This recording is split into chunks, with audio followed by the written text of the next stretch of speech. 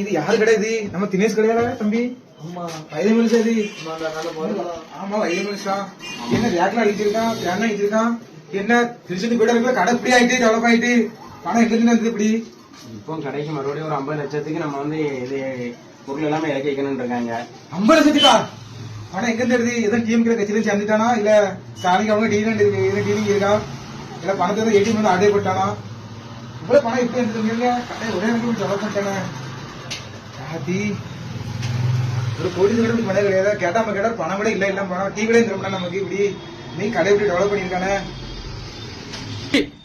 ராஜி இவனுக்கு சும்மா டெவலப் பார்த்துக்கோ. விட்டா நமக்கு மேல வளர்ந்துருவான். விட்டா அங்கேயும் போலாம், ஊரே வளைக்கிடுவான். அதனால அங்கேயும் எலுமிச்ச போலாம் எல்லாம் வாங்கிட்டு வா, செஞ்சிருவான்.